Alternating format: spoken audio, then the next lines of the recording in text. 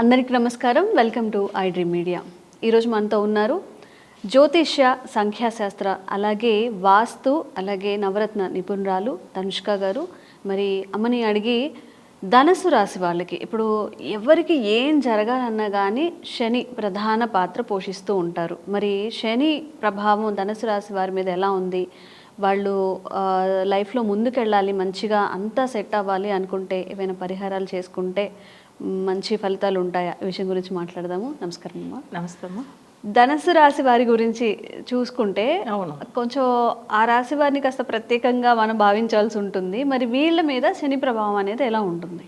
అంటే ఇప్పుడు ఏమవుతుందంటే శని వగ్రగదిలో ఉన్నాడు. శని వగ్రగదిలో ఉన్నప్పుడు ఈ ధనుసు రాశి వాళ్ళకి ఏమవుతుందంటే కుటుంబ స్థానాధిపతి అవుతాడు శని, ధన స్థానాధిపతి అవుతాడు. తర్వాత వాళ్ళకి సహోదర స్థానము అది కూడా శని అవుతాడు ఇప్పుడు. సో ఆయన ఏంటంటే ధనుసు రాశి వాళ్ళకి ఈ 2-3 స్థానానికి అధిపతి అయిన శని అసలు ఏమేమి సమస్యలు ఇస్తాడు. 4లో ఆయన ఏమైందంటే అర్ధ ఆష్టమ శనిగా ఉన్నాడు కొన్ని రోజులుగా, అంటే కొన్ని మంత్స్ గానే. ఇందులో అర్ధ ఆష్టమ శని ఉన్నప్పుడు ఏమైతుందంటే వాళ్ళకి వచ్చి ఆల్రెడీ చాలా కష్టాలు పడుతూ ఉంటారు. ఇప్పుడు మరీ వగ్రంలో ఉన్నప్పుడు ఏమైతుందంటే ఆ కష్టాలు కొంచెం తొలగి ఉంటుంది. సో చాలా వరకు ఏంటంటే అర్ధాష్టమ శని అంటేనే అష్టమ శనిలో సగం, అది అష్టమంలో సగం అర్ధాష్టమ శని అంటారు. దానివల్ల ఏమవుతుంది వాళ్ళకి ఇంత ముందుగా ఫైనాన్షియల్ విషయంలో సమస్యలు, ఎందుకంటే ధన స్థానాధిపతిగా శని కాబట్టి ఆయన 4th ఉన్నాడు కాబట్టి. తర్వాత కుటుంబ స్థానం, కుటుంబం అంటే ఇంట్లో గొడవలు, ప్లస్ ఇంకొక విషయం ఏంటంటే ఏదైనా పెళ్లి విషయం ప్లాన్ చేసుకుంటే అంత తొందరగా సెట్ అవ్వదు ఈ ధను రాశి వాళ్ళకి. నెక్స్ట్ వచ్చి ఏమవుతుందంటే వాళ్ళకి ఇక్కడ 3rd హౌస్ కూడా శనియే కాబట్టి కొంచెం కార్య విఘ్నం ఇస్తాడు, ప్రతి పనులు డిలే చేస్తూ ఉంటాడు.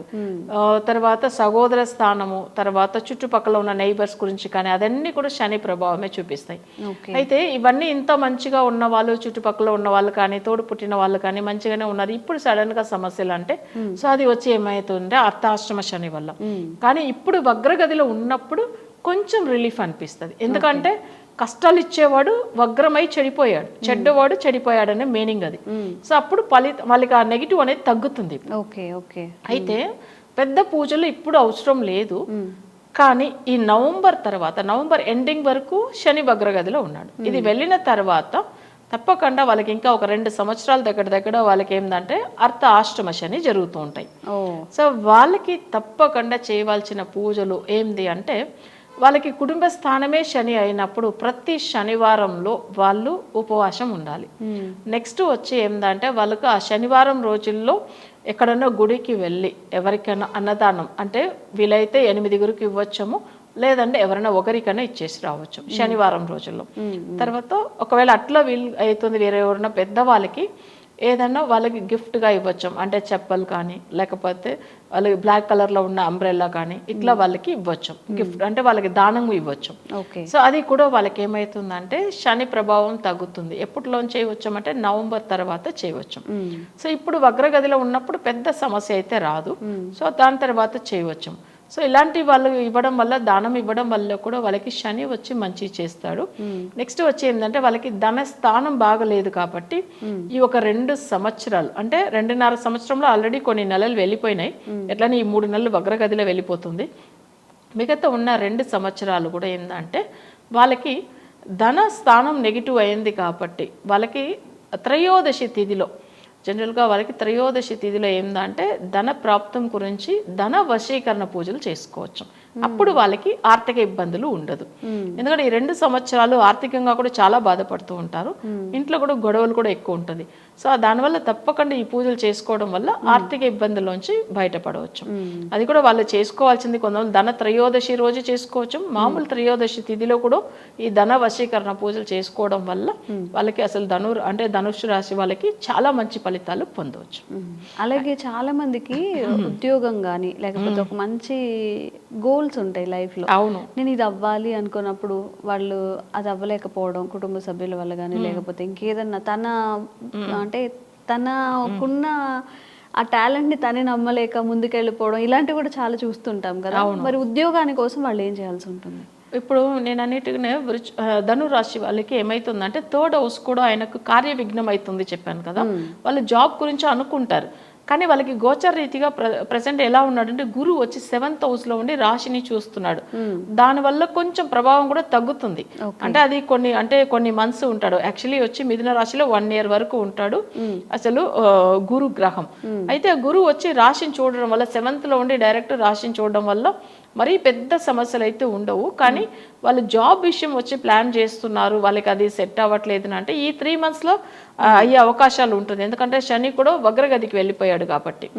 ఒక్కవేళ ధనురాశి వాళ్ళకి మరీ అసలు జాబ్ గురించి ఎంతో ట్రై చేస్తూ ఉన్నారు, అసలు వాళ్ళకి జాబ్ రాలేదు అనేటప్పుడు వాళ్ళకి ఏంటంటే ధనుసు రాశి వాళ్ళకి 9th నాడు ఉద్యోగ స్థానం ఎవరంటే సూర్యుడు అవుతాడు.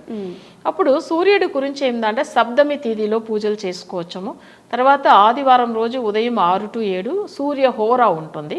అంటే సూర్యుడికి సంబంధించిన ఆ హోరానే అదే రోజు ఇంకా బాగుంటుంది కాబట్టి ఆ టైమింగ్లో కూడా తనకి సూర్యుడి గురించి పూజలు చేసుకుంటే జాబ్ వస్తుంది. కానీ వీళ్ళ జాతక రీతిగా వాళ్ళకి లగ్న ప్రభావం అంటే ఇప్పుడు చెప్పాలంటే లగ్నం ఏ లగ్నమైనా ఉండొచ్చు, మనకు తెలియదు.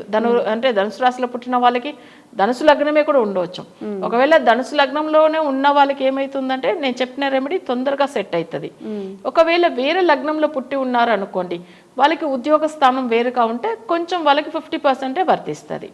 ఎందుకంటే జాతకం ఎందుకు ఫుల్గా అనలైజ్ చేయాలంటే జాతక రీతిగా దశాన్ని పెట్టి కొన్ని ఉంటుంది, గోచారాన్ని పెట్టి కొన్ని ఉంటుంది. అందులో ఎక్కువ దశ వాళ్ళకి ఎక్కువ మేనేజ్ చేస్తుంది కాబట్టి వాళ్ళ చక్రానికి సంబంధించింది ఆ దశాన్ని పెట్టి మనం ఫస్ట్ చూడాలి.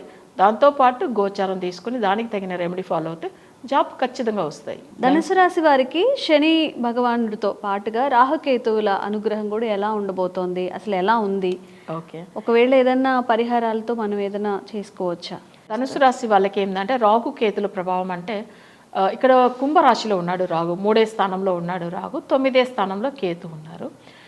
అయితే ఇక్కడ రాహు మంచిదా చేస్తాడు, కేతు వచ్చి సింహరాశిలో కొంచెం మంచోడు కాదు. కానీ ఏమవుతుందంటే ఆ కేతుకు అధిదేవత ఎవరంటే గణపతి. సో అయితే ఏం చేసుకోవచ్చు అంటే ఈ రాహు కేతులు దోషంలో ఇక్కడ కేతు వరకు కొంచెం అంటే ఉద్యోగ పరంగా సమస్యలు ఇస్తాడు. ప్లస్ ఏంటంటే తండ్రికి ఆరోగ్య సమస్యలు ఇవన్నీ కొంచెం ఉంటుంది ఈ రాహు కేతులు మొన్న చేంజ్ అయిన దానివల్ల. బట్ ఈ ధనుసు రాశి వాళ్ళు గణపతి పూజ చేసుకోవడం వల్ల, అది కూడా గణపతికి ఏంటంటే చవితి తిథిలో 4వ తిథి వస్తుంది, చతుర్థి తిథిని అంటారు. సో ఇక్కడ అమావాస్య పోయిన 4వ తిథి కానీ పౌర్ణమి పోయిన 4వ తిథి కానీ చవితి తిథిని అంటాం. సో ఆ రోజు ఆ తిథిలో పర్టికులర్గా గణపతికి పూజలు అంటే మనం గరికతో మాల వేసి చేసుకోవచ్చు. నెక్స్ట్ వచ్చి ఏంటంటే స్వామివారికి కొన్ని మనకు వచ్చి ఎర్ర కలర్లో ఉన్న మందార పువ్వులు ఉంటాయి కదా, దాంతో అర్చన చేసి స్వామివారి మంత్రం చాంటింగ్ చేసుకుని గణపతి గాయత్రి మంత్రము, తర్వాత ఆయన మూల మంత్రం చదువుకుని ఆయనకు ఏదైనా ప్రసాదం పెట్టి ఆరతి ఇచ్చేసి దాని తర్వాత ఇది వచ్చి చతుర్థి తిథిలో చేయడం వల్ల కూడా వాళ్ళకి ఏమవుతుందంటే ఈ రాహు కేతులు ఒక దోషం నివర్తి అవుతుంది. కేతు వల్లదా దోషం ఉంటుంది కానీ రాహు వల్ల అంతగా ఉండదు ఇప్పుడు. సో అందుకే గణపతికి చేస్తే సరిపోతుంది. థ్యాంక్ యూ అమ్మా. థ్యాంక్ యూ అండి. And for more videos, Please subscribe to iDream. Please subscribe to iDream. Please subscribe iDream. And please subscribe to iDream. For more videos, subscribe to iDream. Please like, share and subscribe to the channel. Congratulations, iDream. Subscribe to iDream. Subscribe to iDream. so subscribe to iDream Media. iDream team andarki huge congratulations. Please subscribe iDream Media. Please subscribe to iDream. Subscribe iDream. Please subscribe to iDream. iDream అంటే నా కళల ఛానల్ను subscribe చేసుకున్న నోరు తిరుగుతలేదు, మీరైతే గంట గుర్తు కొట్టండి. For more such videos, please subscribe to iDream.